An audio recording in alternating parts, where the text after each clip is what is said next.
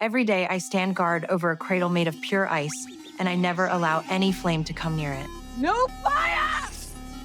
John handed me an owl mask with fear written all over his face, and I put it on right away, seeing the land through the eyes of the beast. Soon I discovered the legendary magic mirror had resurfaced. This mirror was my sister's most treasured possession, and years ago she used its power to conquer castle after castle. My sister once told me the key to victory is to never develop feelings, or I'd end up just like those lust-driven kings. But fate came too suddenly. I quickly fell for Jack, a minister in the city, and I didn't even dare announce I was carrying his child. My sister warned me the man was already engaged, and there was no way he would marry me. But I was blinded by love, and I insisted on having my daughter. One day my love sent me a letter saying he would defy his family, secretly marry me in the royal garden, but when I rushed there excitedly, he never showed up. Instead, smoke suddenly started pouring out of my daughter's room. I ran back in a panic, but I was too late. My daughter's cradle had been burned to ashes, and the one who set the fire was Jack.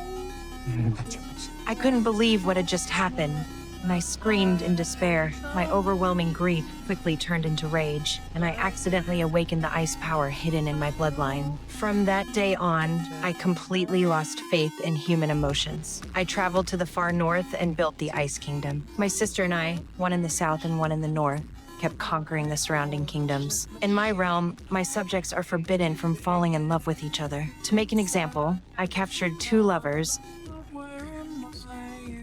and made John watch his beloved die before his eyes, and then he was thrown into the river too. For years, John drifted through life in a daze, until he met Snow White and helped her defeat the evil queen. Only then did the southern kingdoms finally find peace. But the magic mirror's power was too strong, and it constantly messed with Snow White's mind. Left with no choice, she ordered her men to sink the mirror into the sea. But something went wrong along the way, and the entire escort team vanished. To keep the mirror from falling into enemy hands, the royal guard found John again, hoping he could help retrieve it.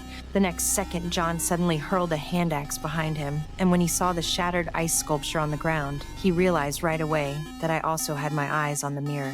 Soon John found traces of the escort team and followed the clues to where the mirror was last seen. He found one of the soldiers with a golden arrowhead lodged in his body, with a gemstone set in the center. In the end, John realized that besides me, someone else was also after the mirror,